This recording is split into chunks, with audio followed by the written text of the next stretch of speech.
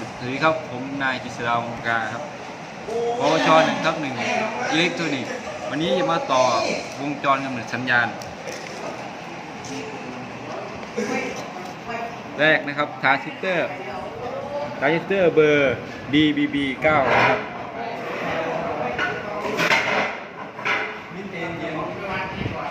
2ตัวต้านทาน 2.2K ตั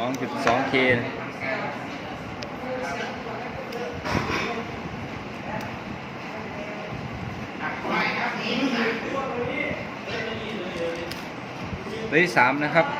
ตัวต้านทาน 10K นะครับ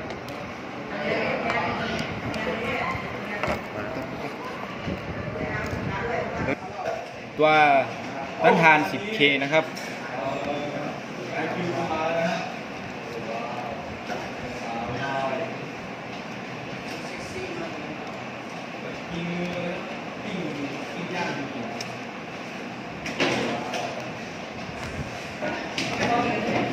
ตัวที่3นะครับตัว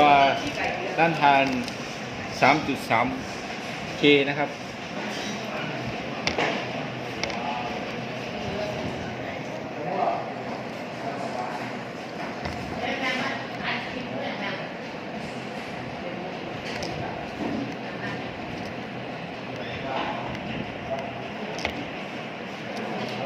ตัวต้านทานตัวสุดท้ายนะครับ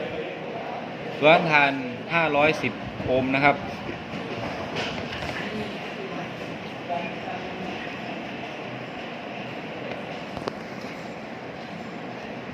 ต่อไปเป็นตัวเจ็บประจุนะครับตัวเจ็บประจุ47ไมโครฟารัด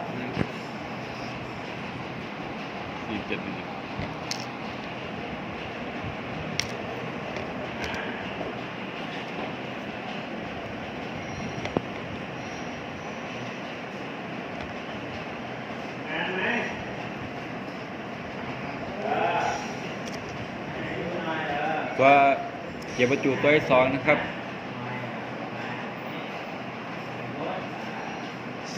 10 ไมโครฟารัดนะครับ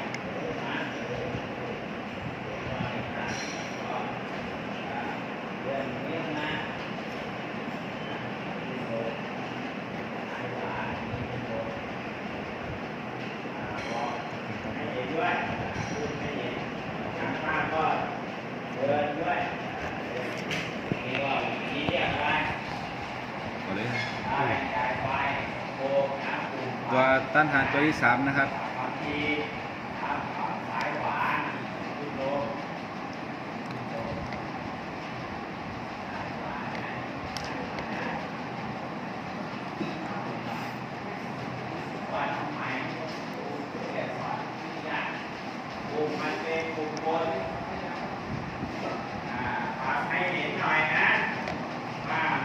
ต่อไปนะครับการทำงานของทุกโครงบายแสดงให้เห็นภาพรวมนะให้เห็นคนทำงานด้วยนะถอยออกไปออกมาดูเข้าดูออกแล้วก็มาดูงานแล้วก็มาดูเห็นภาพรวมตัวเจ็บประจุตัวสุดท้ายนะครับ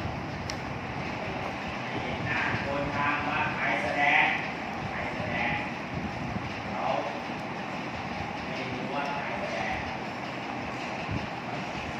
ต่อไปจะเป็นขดลวดนะครับ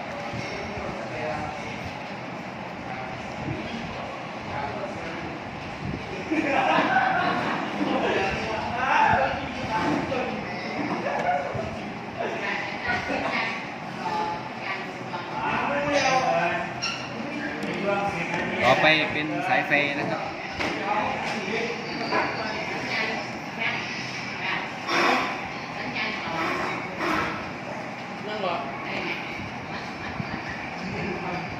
สายไฟเส้นสุดท้ายนะครับ ต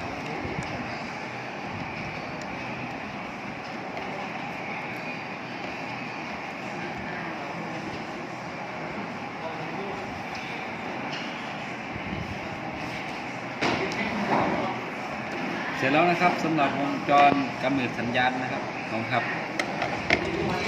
ขอบอกครับขอใจต่อไปจะเป็นการทดสอบวงจรโดยใช้สโคปนะครับขั้วลบหาสัญญาณ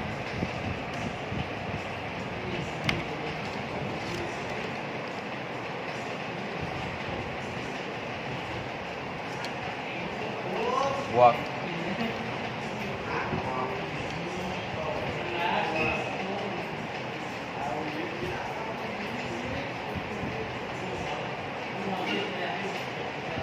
ครับอันนี้ปรับความถี่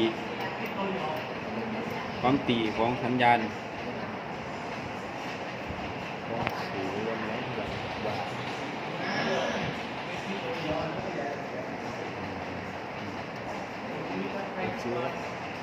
เสร็จแล้วครับนี่ครับเสร็จแล้วครับเสร็จแล้วครับสำหรับวงจรสายพระกำเนิดสัญญาณนะครับขอบคุณครับ